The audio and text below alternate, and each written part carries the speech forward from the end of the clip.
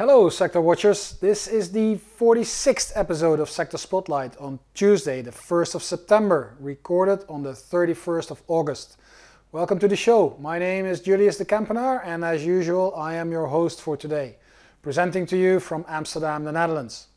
As it is the first show in the new month of September, as usual we will have a look at the monthly charts for asset classes and US sectors, just so we don't forget how the long-term pictures and the trends in this market looks. Also, as usual, at the start or shortly before the start of a new month, we will have a look at seasonality for sectors and see if we can find any alignment with the tails that we see on the relative rotation graph for US sectors. I'd love to hear from you, so if you watch the show on YouTube, please don't forget to like the video, or even better, share your thoughts, ideas, suggestions, etc. in the comment section. I'm always on the lookout for new ideas that I can cover in an upcoming episode of Sector Spotlight, and I like to communicate with you. So don't be shy, your feedback is appreciated. But first, let's have a look at what happened last week and plot that on a relative rotation graph. Before we start looking at our fresh monthly charts for the completed month of August, let's have a quick look at what happened last week through the lens of two RRGs. On the left hand side, as usual, the RRG that shows you the performance of the various asset classes, and on the right hand side that one for sectors. These are both ending on last Friday, so that was the 28th. And let me sort this quickly on the performance, and we see that our benchmark, the Vanguard Balanced Index Fund, ended the week up 1.7%, dominated by stocks, ITOT up 3.3%, and by default therefore government bonds at a loss minus 0.6%. On the RRG, what I now see is that the rotation that we've been monitoring for the last few weeks starting to slowly get back into in favor for stocks has continued. If we scroll back 1, 2, 3, 4, 5, this was last Monday, we said, you know, the stocks are still inside the leading quadrant, government bonds are still in the lagging quadrant, but they move in opposite directions on the momentum scale. That has now changed because over the last 1, 2, 3, 4, 5 days you see that both tails have hooked back into the quadrant that they're already in. And this is, it looks like a strange hook because we're used to a clockwise rotation. And when we see rotations like this, and if we lengthen the tail a little bit more, you can see it a little bit better. This is actually a very quick rotation in favor of stocks and out of favor for government bonds. If we would be able to move down on the time frame, say to an hourly chart or some intraday time frame, you would see a clockwise rotation. But for the daily time frame, that rotation was so quick that it looks as if it's hooking back up. So just for the record, that it is a normal clockwise rotation, it's just not visible on this time frame. Let's go back to 5 trading days. Very weak week, or a good week for commodities, with DJP up 3 and GSG up 2. But what we see here is that the rotation on the tails is starting to weaken again. So even that improvement that we've seen over the last weeks now is rolling over again, and that DJP tail is making a really, well, weird squiggly move. Still not a big fan of commodities. We'll get back to that when we look at the monthly charts for that. Fixed income complex, high yield, pretty good on the momentum scale. Corporate bonds, pretty good on the momentum scale, but they're inside lagging, and that's all because of the strong performance for the stock market, which drives our benchmark VBI/NX up, and therefore it puts asset classes like high yield and corporate bonds further into the lagging quadrant. US dollar finally, Now definitely rolling over inside the weakening, inside the improving quadrant, and that this is pointing to more weakness for the US dollar, and that's important when you look at stock markets and asset classes into an international perspective. If we move over to the rotations for asset classes, last 5 trading days. So this is the chart as it was this morning before the opening, and what strikes me is that there's only one tail that is at a really positive RRG heading, and surprise, surprise, that is technology. And then we've got communication services, which is, well, I would say it is at a 90-degree heading. So it's not negative, but it's also not what you would like to see, somewhere between 0 and 90. And obviously 45 degrees angles is the ideal, because then you're gaining likewise on both scales. Communication services has lost a little bit of momentum and is now still gaining on the RS ratio scale. So it's still, no doubt about it, a strong sector together with technology. So is discretionary XLY, but that is now definitely losing relative momentum. So we'll have to see how that one goes through the course of the coming week. And then we've got industrials, which have lost quite a bit of momentum. 1, 2, 3, 4, 5. So we saw that at, over the last 2 weeks that started to roll over and lose a lot of relative momentum and also a lot of relative strength. Nevertheless, still up 3.1%, which is sort of in line with the benchmark, slightly below it. We'll have to see if this one is going to hit the lagging quadrant, or if it is strong enough to drag it back up, to curl back up. But then it has to happen very, very soon. So it has to happen this week. All the other sectors, that's pretty much this whole cluster that you see here inside the lagging quadrant. There's none in the improving. So if you this whole cluster that you see inside lagging, they're all losing on the RS ratio scale, which means that they're all losing in relative strength terms. They're in relative downtrends versus the S&P 500, and only, well, let me sort it out here. Which one is this one?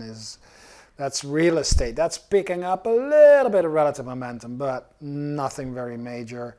This is a negative. This is a negative, and then we got materials. Well, okay, that's flat. That's where we had communication services moving at 90 degrees. We got materials moving at 280 degrees, 270 degrees, 180, 270 degrees, which is due west. No momentum up or down, but just losing relative strength. Anyway, that was it for the overview of sectors. Communication services, technology still leading the pack here. Discretionary and industrials losing momentum. We'll have to see how they keep up. And pretty much all others are underperforming the S&P 500 because of the dominance of the technology sector, which means that this is a good time to point out to you a recent article that I wrote in the Chart Watchers newsletter. I wrote an article just titled "Swap from XLK to RYT to mitigate the increasing risk for Apple." We all know the dominance for Apple inside XLK, and the reason I wrote this article is because I know that there is a lot of people who invest in ETFs, and they invest in ETFs because they don't want to be bothered with picking single stocks and having the risk that comes with investing in single stocks to it. Well, the problem is that with the dominance of Apple inside technology, and also Amazon in consumer discretionary, and Google and Facebook in communication services, that means that you think you have a well-diversified ETF. If we stick with technology, that's not really the case, because you got like 20-25% in one stock. So the case that I want to make here is if you move from XLK to RYT, which is the equal weight ETF for the technology sector, what you do is you get the exposure to the same sector, so you still keep the exposure to the technology sector, but it's equal weight, so all stocks are equal weight. So if something happens to Apple, for the record, I don't see that happening anytime soon, but the higher the stock goes, the bigger the risk becomes. That's very clear. So if it comes down, it's probably going to come down hard, and that's going to impact XLK much harder than it's going to impact RYT. So if you're not comfortable with those big holdings in those mega cap stocks, you may want to consider looking at the equal weight versions of those sector ETFs. Simply from a portfolio construction point of view, to mitigate the risk of the single stock risk of these dominating mega caps. And it's the other article is what can we learn from equal weight versus cap weighted rotations. It's a little bit more in depth, goes through all the sectors and points out the divergences and the differences between those equal weight and cap weighted ETFs. For now, let's leave it at this, and we have just completed, literally about an hour ago, the monthly bars for the month of August, which means that we can now start looking at some fresh monthly bars. And let's do that on the asset classes. This one is ITOT, so that's the core. Let me blow this up a little bit here so we got maximum use of screen real estate. So I'm going over these monthly charts, and these are just plain vanilla charts. I just want to see how the monthly perspective looks. I'm doing that on an absolute basis, so I'm not going to put this on an RRG or into perspective. Just want to see what trends are going on in the market. And if we look here at ITOT, that's just breaking to a new high on a monthly basis. So that is, stocks, if they weren't back on track already, then they are now back on track because they just broke to new all-time highs. And if we do that, look at that on the SPY chart, we got the same picture here. And I like this one here, which is zoomed in, gives a little bit more focus to the most recent movements. You see the break to new highs. It was already pretty cool when we got back into the channel, when we broke out of the channel. And despite the fact that we had this sort of vertical rise here, this is actually a pretty major move for the stock market, because by moving above its all-time high, at the same time, it's giving a strong sign, but at the same time, it's putting a floor in case of declines, because this old high is now going to act as support, or at least I'm going to expect it to act as support when the market comes down, which is in the region of 340, 3,400 on the S&P, 340 on SPY, but also this old trend line that's still in play here, which is like around 330. So there is pretty solid support in case the market would be coming down in the next couple of weeks, maybe months, I don't know. But just from a long-term perspective, this was a very important move. Look at every time when a market moves to new all-time highs, that's almost always an important event on the chart. If we go to the bond chart, we spoke about this about 4 weeks ago, and I pointed out this like sort of flag-like pattern. I also told you that it couldn't be labeled as a flag because it was too long in terms of time, because this is like 1 to 3 months, and flags should be like 3 to 4 weeks. And of course, it wasn't the flag, and it isn't the flag, because you see that we ran into resistance. We couldn't break it. We're now back down here, and I've annotated my IEF chart a little bit better, because I'm afraid that the bond market has run into a serious resistance level here around 123, and that we're now very likely on the way for a test of, let's round it up, at 120. And if that breaks, we have a double top in bonds, which means a trend ending characteristic instead of a continuation. So I'm now much more on the track that bonds have run their course and that we might see a further rise in yields. How that's going to work on the stock market, we have to wait and see how that pans out. I'm going to leave it at this for these monthly charts. Corporate bonds still doing okay. They are pretty good. The corporate bonds, if you look at high yield, they're in the middle of the range. It's sort of neutral. There's no real well-defined trend in play, and the same goes for real estate, which came back into the range but will now probably face difficulties around 85 for V and Q. Bloomberg Commodity Index back above this support, now resistance level, running into the next one. All these major highs are still lower, and if we go to the GSCI commodity fund, then we'll see that it has not even reached that old support, now resistance level. So I'm going to remain very, very reluctant with commodities.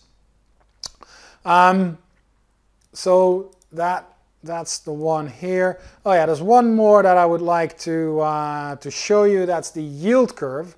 That's been picking up, and especially in relation with the S&P 500. I've got this overlay chart here where overlaid.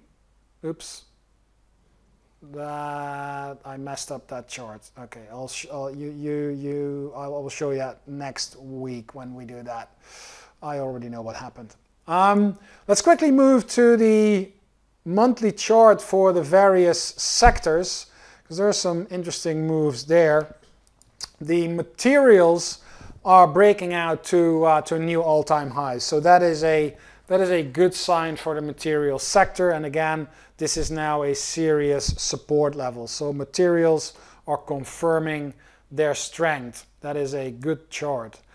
And then we go for Communication Services, and we already knew that that was a good chart. We had a break to new all-time highs at the last monthly bar, and that is now more than confirmed with this very strong follow-through. Again, you know, old resistance will act as support. When we will get there, I have no idea, but this is a very nice uptrend, which was just more than confirmed with the last month's close. If we go to energy, that is probably the weakest sector in the universe.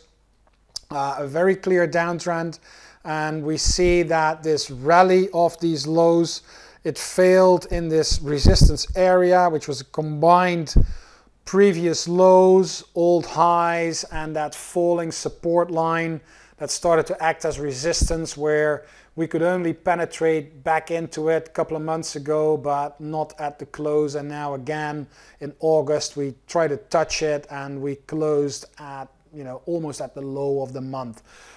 So remains a very weak sector, the energy sector. Financials, also not the best sector around. If I want to see the positive things, then we have to acknowledge that it is now back into the boundaries of that rising channel, but we're still facing a lot of resistance between 25.5 and 26.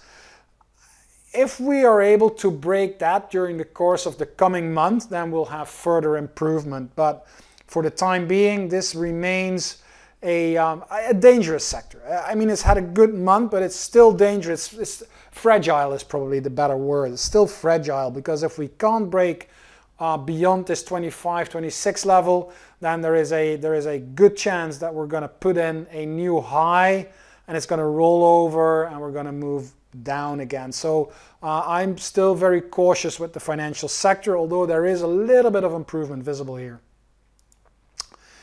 Go to industrials. This one is definitely improving. It's not back above the pre-COVID-19 crash, previous all-time highs levels if you want, but we are back above the resistance level that was put into place in 2018, 2019. So this is a good sign. I'm going to keep an eye on this for further improvement. So this is one of the better sectors in the universe. We go to technology. I don't even know what I have to say about this one. Stellar chart. Let's just wait and see when it starts coming down. I have no idea. For the time being, stick with it. There's nothing wrong with it. Although maybe the Apple dominance. Consumer staples. This month closing to a new all-time high on a monthly basis. That is a good sign. It's now also breaking out of that rising channel already. That is a good sign. So that's a good sign for staples, which is a defensive sector. I'm not sure yet what to make of it, but let's just keep it in the back of our heads that the staples sector is doing very good and is generating new strong signals by breaking to new all-time highs. Go to real estate. We already saw V&Q. XLRE is not much different. Not able yet to break above previous highs. As a matter of fact, it just ran into resistance from this old support level. Looks like a double top. It'll be very, very difficult to rise much higher. There is good support around a little bit above 34, 34.50. So expect a more sideways trading range for the real estate sector. Let's move to utilities. Utilities in the rising channel, moving further up. Not much problems here. Not the best sector, not the worst either in terms of trend. Healthcare, now definitely above its previous all-time high, seems to be breaking out of that rising channel. So good news for the healthcare sector from an absolute point of view. That trend is fully intact and it's now confirmed.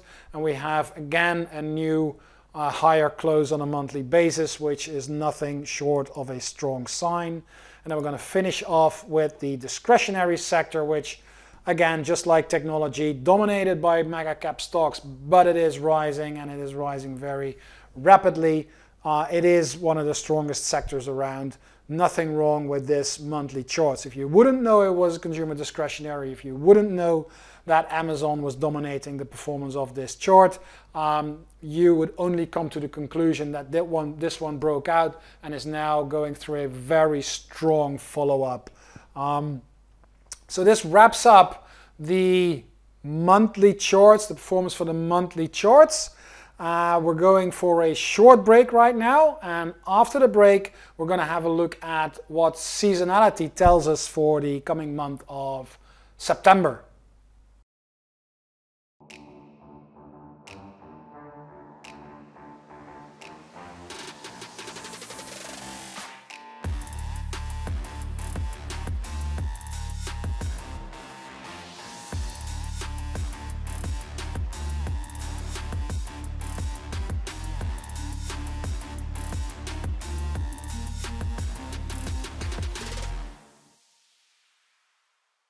And welcome back. Glad you're still here.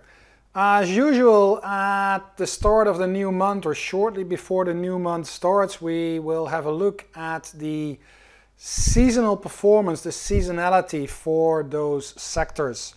I mean, the show is called Sector Spotlight for a reason. And we do that using the spreadsheet that I've put together. Many of you have already asked for a copy, so if you still like it, then I'm happy to share it with you. For those who already have it, it hasn't changed yet, so there's no need to ask for updates. Anyway, for the month of September, what we see is there's actually two sectors that have very high readings and two sectors that have pretty low readings. If we start with the good stuff, that is XLC, Communication Services, showing an outperformance over SPY in 67% of the cases, and Industrials XLI showing an outperformance over SPY 70% of the time. Communication Services has a little bit less history, which makes the data a little less reliable, I would say. On the other side, only 35% outperformance, which means 65% of the time materials have underperformed SPY in the month of September. And in 60% of the cases, 60% of the time, utilities have underperformed SPY in the month of September. Now, if we look at those tails on the chart, and let's start with Communication Services, then we see that it has just turned upwards. So if we can assume this further rotation, then we can see Communication Services improving further in the next 3 to 4 weeks, which is the month of September. If we do the same for industrials, we can see that it has just started to continue back towards the leading quadrant. So that's also on a pretty good trajectory towards the leading quadrant. So this is a pretty confident number which lines up with the tail on the RRG. Now if we go to materials, then we see that the tail is inside leading, but it's like dropping like a stone on the momentum scale, not yet on the RS ratio scale. But the odds for this sector to move further into this direction seems to be a lot bigger than that it's turning around back upwards. So be careful with the materials sector from a seasonal point of view in the month of September. And then utilities, we can see it here, it's already inside the lagging quadrant, traveling further to the left.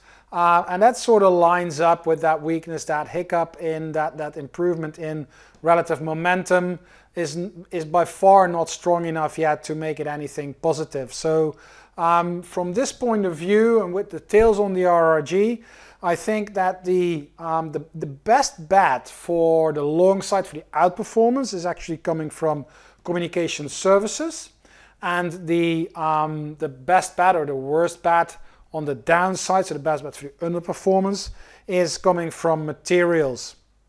And it adds, when we go to the next slide where we have the average performance, we see that materials on average is underperforming SPY by 1.4% in the month of September. So that lines up pretty neatly with the weak tail and the weak expectation for that month, which was here 35%, so 65% underperformance, and that underperformance is expected to be 1.4%. Communication Services, on the other hand, is expected to rise 0.5%, so almost 70% of the time it was outperforming, and during those months it's outperforming almost 0.5%. So I'm going to keep an eye on the positive side for Communication Services in September, and on the negative side for the materials sector in the month of September.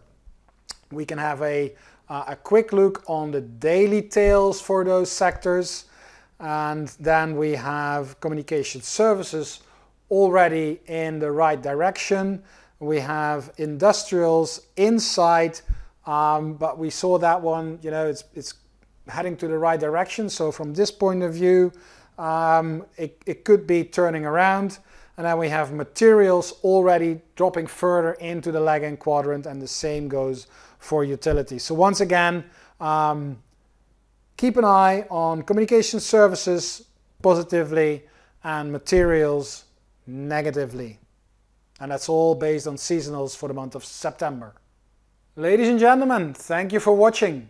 Please do your thumb magic. Sector Spotlight airs every Tuesday from 10:30 to 11 a.m. Eastern, with replays on the YouTube channel. And I am looking forward to catch up with you next week. Hey, Grayson Rose here with StockCharts. Thank you so much for watching. I hope you enjoyed that video. If you did, consider giving it a like down below, maybe leave us a comment, and if you're new to the channel, you can subscribe at the link up above. We're gonna bring you daily content from an incredible collection of technical analysts and financial experts.